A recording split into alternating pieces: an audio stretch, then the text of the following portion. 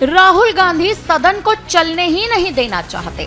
जी हां, ये बयान हमारा नहीं है, ये बयान है भारतीय जनता पार्टी के सांसद जगदंबिका पाल का, जिन्होंने लोकसभा में ऑपरेशन सिंदूर पर 16 घंटे की चर्चा पर राहुल गांधी पर निशाना साध लिया है। आपको बता दें कि इस बार के मॉनसून सत्र में कई मुद्दे अहम माने जा रहे हैं।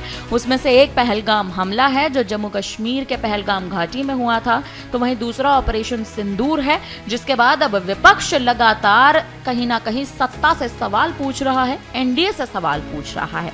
लेकिन जगदंबिका पाल, जो भारतीय जनता पार्टी के सांसद हैं, उन्होंने खुद ऑपरेशन सिंदूर पर 16 घंटे की चर्चा पर अब विपक्ष को आड़े हाथ ले लिया है। लोकसभा में 16 घंटे की चर्चा इस पर तय हुई थी कि अब इस पर वो चर्चा जिस दिन करना चाहेंगे तब करेंगे। ये कहना जगदंबिका पाल का है, लेकिन उन्होंने आरोप लगाया है कि राहुल गांधी का जो आरोप है कि हमें बोलने नहीं दिया जा रहा, वो सरासर गलत है।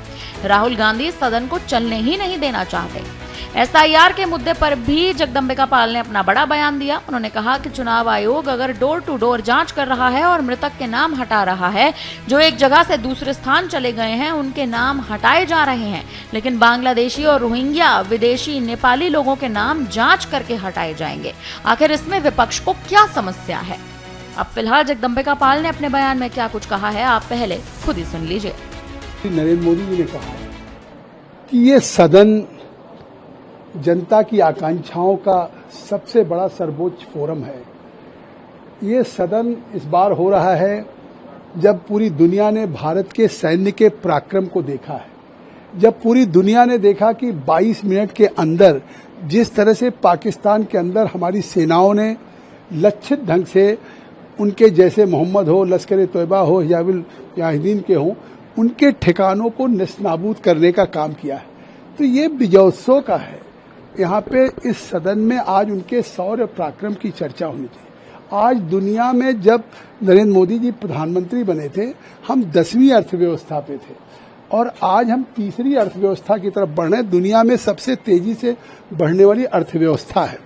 तो आज इस पार्लियामेंट में विपक्ष क्यों हंगामा करना चाहता है? खुद प्रधानमंत्री जी ने कहा, स्पीकर साहब ने कहा, कल संसदीय कार्य मंत्री ने ऑल पार्टी मीटिंग कहा कि कोई भी विषय अगर विपक्ष उठाना चाहता है उसको उठाए, स्पीकर साहब उस पर चर्चा का अवसर दें।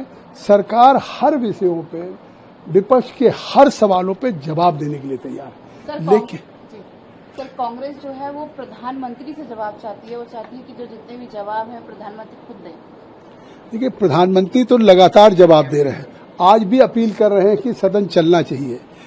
कांग्रेस पार्टी जो पूछ रही है, क्या कहते थे लोग मनमोहन सिंह जी को कि मोहन सिंह जी हैं, तो सवाल का जवाब अगर गृह विभाग से है तो गृह मंत्री जी देंगे, अमित शाह जी। सवाल अगर संसदीय कार्य मंत्री से जुड़ा हुआ वो देंगे या विभागीय मंत्री देंगे।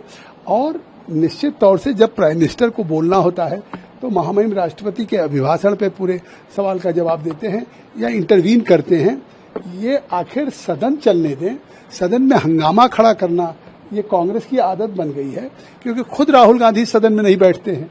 खुद सदन में किसी महत्वपूर्ण सवाल पे बाहर तो बहुत सवाल उठाते हैं, लेकिन सदन के अंदर जब वो सवाल पे चर्चा होती तब वो नहीं बोलते हैं। तो ये तो देश देख रहा है कि विपक्ष केवल आज हंगामा करना चाहता है। आखिर बिहार के सर को इशू को लेकर के कब चुनाव नहीं हुआ कि चुनाव के पहले चुनाव आयोग ने घर घर जाकर के आज डोर टू डोर उसने वोट का वेरिफिकेशन न किया हो कि अगर कोई 18 साल का हो गया तो उसे नया उसको मतदाता बनाया जाता है, अगर किसी की डेथ हो गई तो उसको डिलीट किया जाता है, कोई ट्रांसफर हो गया। तो ये एक प्रक्रिया है, उस पर भी सवाल खड़ा कर रहे हैं। इससे साफ है कि कल तक तो ये चुनाव हारने के बाद ठीकरा ईवीएम पे फोड़ते थे, आज तो अब चुनाव के पहले ही बिहार के इन्होंने हार स्वीकार कर ली है और अब वो ठीकरा मतदाता सूची पे फोड़। देखिए, आज जेएनके के लिए जो सवाल था, जिस तरह से आर्टिकल 370-35A के जो हालात थे, आज पूरी दुनिया ने देखा कि आज वहाँ आतंकवाद की घटनाएं खत्म हुई। आज वहाँ पे जो पत्थरबाजी होती थी, आज पर्यटक बढ़े हैं।